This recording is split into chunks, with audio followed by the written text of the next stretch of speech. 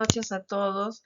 Hoy estuve trabajando con algunos de ustedes y además revisando sus trabajos que me han enviado por correo para en los módulos de evaluación y facilitar el aprendizaje.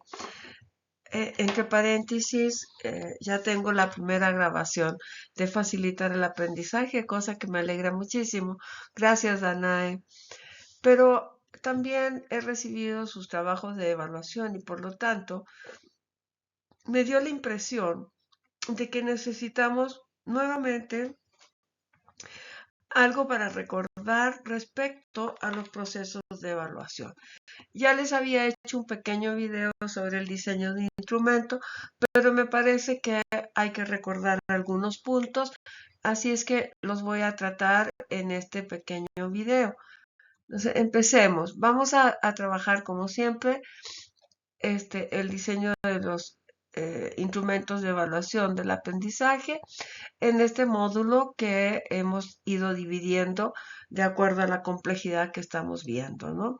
Entonces, hay que recordar que la evaluación evalúa la capacidad que tienen las personas de aplicar lo aprendido en el hacer y ustedes muchas cosas las hacen trabajando. La mayor técnica que utilizan o la técnica que mayormente utilizan más bien es la de trabajar en situación, aprender en situación de trabajo, ¿no? Por lo tanto, creo que debemos recordar eso. Entonces, vamos a empezar con un punto crítico. No se evalúa resultado por resultado, a no ser que el resultado tenga un alto nivel de complejidad, ¿no? Y que haya que separarlo porque no tiene relación con otros resultados. Pero aunque sean complejos, si tienen relación con uno más, se tienen que vincular. La evaluación es un momento de articulación, es un momento de integración del conocimiento. Por lo tanto, tenemos que ir utilizando ese enfoque. Una de las diferencias con la evaluación tradicional es que la evaluación tradicional evalúa por temas. Nosotros no, nosotros vamos uniendo resultados, vamos articulando los temas para que no haya una atomización de lo aprendido. Simplemente hay una interacción y uno aprende con una visión mucho más real, porque las cosas están integradas, ¿no? Entonces, aquí vemos que los resultados de aprendizaje y los criterios de evaluación se analizan primero para identificar una técnica didáctica que sea común para varios resultados de aprendizaje, que nos permite evaluar varios resultados de aprendizaje y a veces un resultado de aprendizaje, pero criterios de evaluación de otros resultados. Por ejemplo, cuando ustedes realizan la valoración preanestésica y cuando están elaborando el plan anestésico o están solicitando el consentimiento informado, se tienen que comunicar con el paciente y por lo tanto el espacio de comunicación, la competencia de comunicar, podemos sacarla de los criterios y hacer una evaluación sobre eso, porque en todos estos resultados de aprendizaje la estamos utilizando, ¿no? Entonces hay que relacionar para definir la evidencia. ¿Cuál va a ser la evidencia? Hay algunas evidencias que nos sirven para varios resultados. Por ejemplo, si ustedes elaboran el plan anestésico, van a tener que hacer una valoración. El resultado de la valoración es el plan. Esa es la evidencia. Y ahí podemos también evaluar cómo se comunicó con el paciente para hacer la valoración preanestésica y además cómo le comunica al paciente cuál es la técnica anestésica que va a utilizar, cuál es el fármaco, cuáles son los riesgos, cuál es el beneficio de la técnica, cuáles son posibles riesgos de la técnica, etcétera. Se va a comunicar. Ahí no vamos a evaluar el aspecto técnico, vamos a evaluar cómo él informa de aspectos técnicos, ¿no? Y finalmente vamos a utilizar esta visión conjunta de los resultados de aprendizaje para definir cuáles son los instrumentos que acompañan a la evidencia, ¿no? Porque primero tenemos una evidencia. Si va a realizar una valoración preanestésica, pues el resultado que va a obtener es un plan de evaluación. Por lo tanto, un plan anestésico, perdón.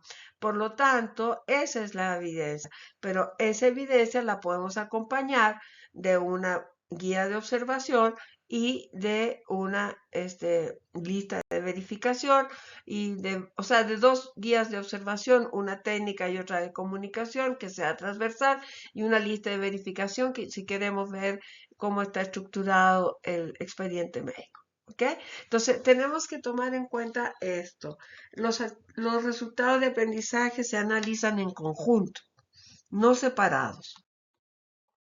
Bueno, y cada vez que nosotros vamos a analizar los resultados y tenemos una evidencia, nos tenemos que fijar en cuáles son las fuentes de información que nos van a permitir diseñar los instrumentos, es decir, los ítems que tienen los instrumentos.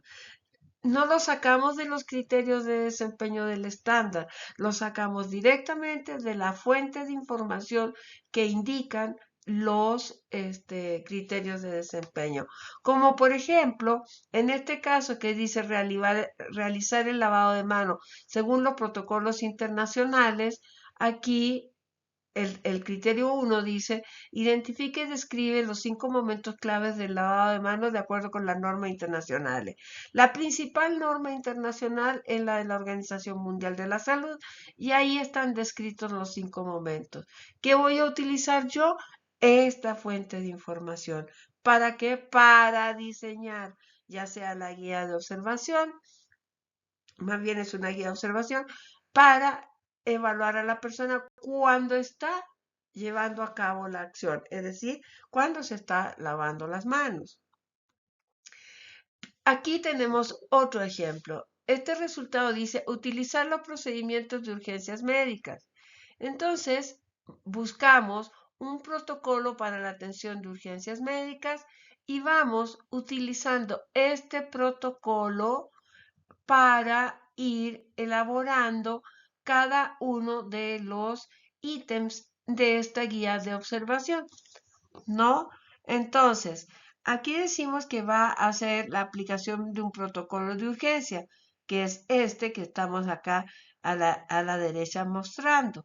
Aquí en este protocolo dice que la valoración primaria, primero que nada, despeja la vía aérea. Aquí despeja la vía aérea y confirma que no existan objetos que obstruyan esta vía aérea superior, ¿no? Después, dice que puede evaluar la calidad de la respiración tomando en cuenta el ritmo y la dinámica del oxígeno, de la oxigenación, perdón. Y así vamos tomando en cuenta cada uno de estos elementos para hacer la guía de observación, ¿no? Entonces, aquí ya tenemos por qué es importante tener las fuentes de información. Si el resultado dice utilizar los procedimientos de urgencias médicas, pues lo primero que tengo que hacer es buscar un protocolo o un procedimiento de urgencias médicas y tomar en cuenta la información que éste señala para ver si nuestro residente aplicó estos criterios en el proceso que llevó a cabo. Y aquí es lo que vamos a poner en nuestra guía de observación.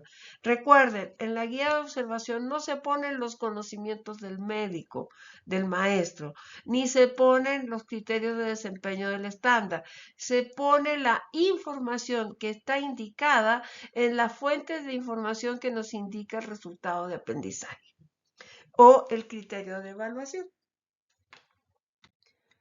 Aquí tenemos dos resultados de aprendizaje que tienen cosas similares, ¿no? Otorga la atención médica de especialidad acorde a los procesos estipulados en la unidad donde labora y elabora una historia clínica considerando los aspectos indicados en la norma correspondiente, ¿no? Y bueno, aquí vamos a ver. Cuando otorga la atención médica, Una de las evidencias es la historia clínica. Cuando elabora la historia clínica, la evidencia es la historia clínica. Pero aquí podemos sacar dos resultados, guías dos instrumentos que acompañan la evidencia que va a ser la historia clínica. La primera es la relación médico-paciente mediante la comunicación. Puede ser eso directamente o puede ser cómo mediante el examen físico está desarrollando una relación comunicativa.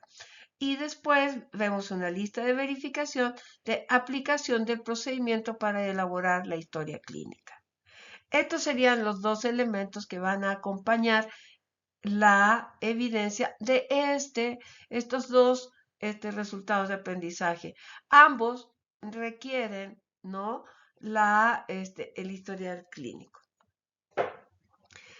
Para hacer entonces la historia clínica, para hacer esa guía de observación, vamos a tomar en cuenta, para hacer esta lista de verificación, vamos a tomar en cuenta, ¿no?, la NOM correspondiente, y dentro de la NOM vamos a sacar la parte que dice historia clínica, y ahí vamos a ver que en la historia clínica dice claramente que deben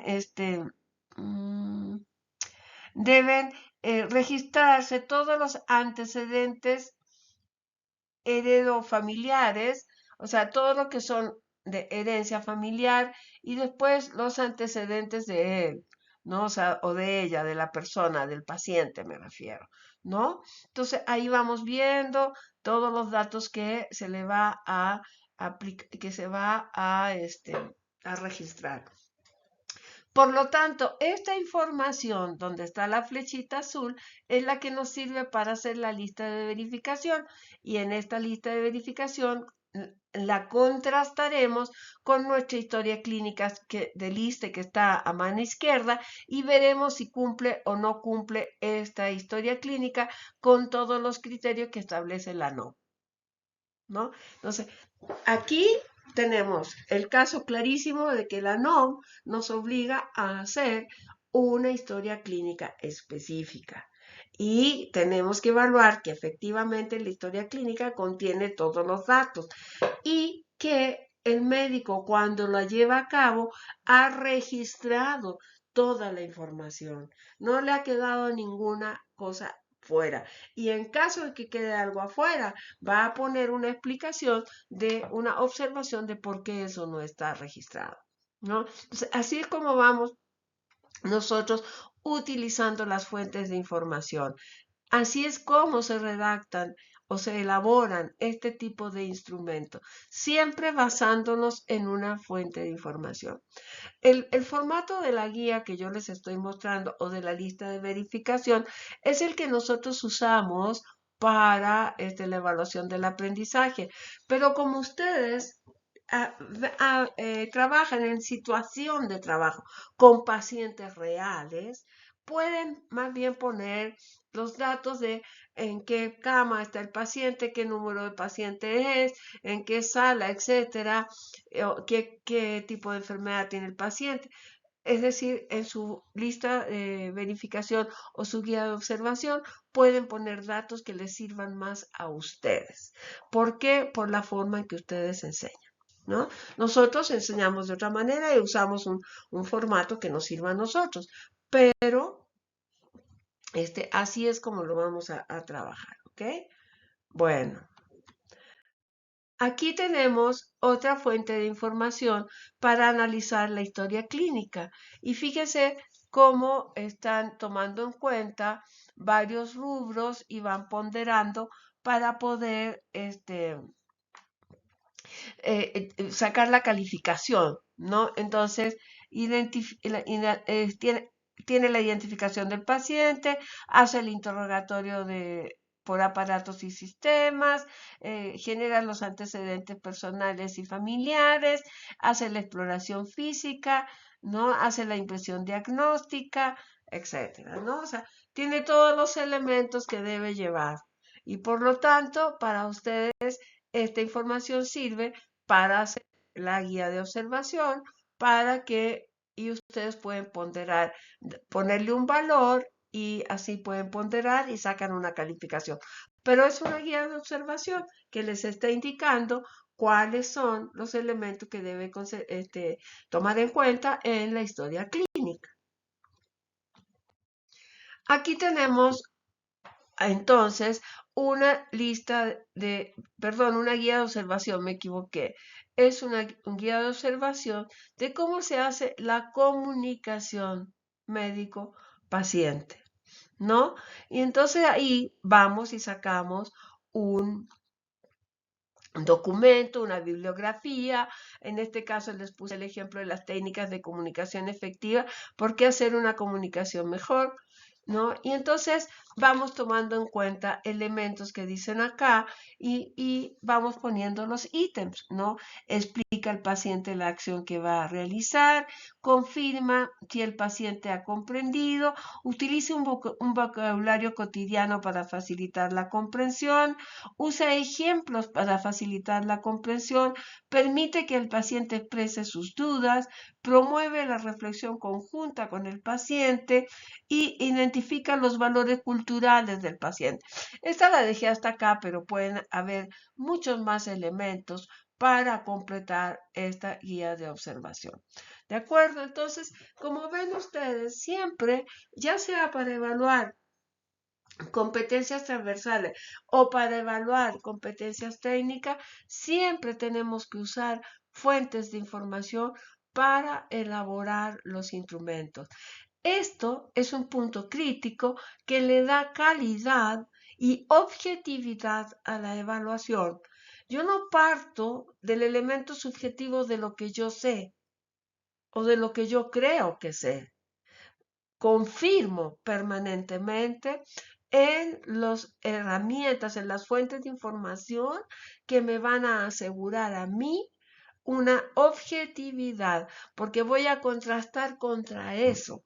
Ese es el punto crítico. Voy a poder contrastar contra información que está comprobada. Y entonces así puedo tomar decisiones informadas. Entonces, vamos desarrollando competencias transversales de esa manera. ¿De acuerdo? Bueno, esta era un poco mi preocupación y quería compartirla con ustedes. Espero que esto les aclare y les ayude a identificar la evaluación, porque recuerden que nosotros evaluamos esa capacidad que tienen las personas de aplicar lo aprendido y por eso utilizamos fuentes de información que garantizan la calidad y la pertinencia de nuestros instrumentos. Muchísimas gracias.